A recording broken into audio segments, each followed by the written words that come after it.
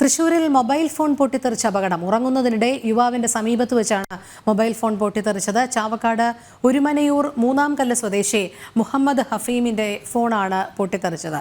വിവരങ്ങളുമായി എം മനോജ് ചേരുന്നു. മനോജ്, എന്താണ് അപകട കാരണം?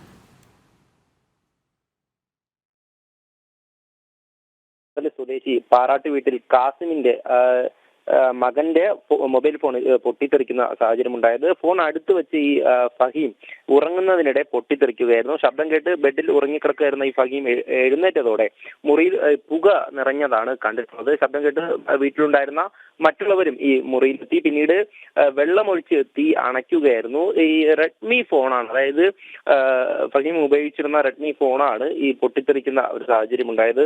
ഈ പിന്നീട് വീട്ടുകാരൊക്കെ എത്തി വെള്ളമൊഴിച്ച് ഈ തീയൊക്കെ അണച്ചതിന് ശേഷമാണ് ഫോണ് കണ്ടെടുക്കുന്നത്. ഈ ഫോണ് പൊട്ടിത്തെറിച്ചതിന്റെ കാരണം ഇതുവരെ എന്താണെന്ന് വ്യക്തമല്ല. എന്തായാലും ഈയിടെ മുൻപും ഈ റെഡ്മി ഫോണുകൾ ഇത്തരത്തിൽ പൊട്ടിത്തെറിക്കുന്നതായി റിപ്പോർട്ട് ചെയ്തിട്ടുണ്ടായിരുന്നു. അതിനുശേഷം ഇപ്പോൾ ഈ ചാവക്കാടാണ് ഒരുമനയൂരിലാണ് ഇത്തരത്തിൽ ഒരു യുവാവിന്റെ ഫോണ് പൊട്ടിത്തെറിക്കുന്ന സാഹചര്യം ഉണ്ടായത്. ഉറങ്ങിയപ്പോൾ ഈ അടുത്ത് വെച്ചിരുന്ന ഈ ഫോണാണ് പൊട്ടിത്തെറിച്ചത്. അതോടുകൂടി തന്നെ ഈ കിടക്കയും കത്തുന്ന സാഹചര്യം ഉണ്ടായി.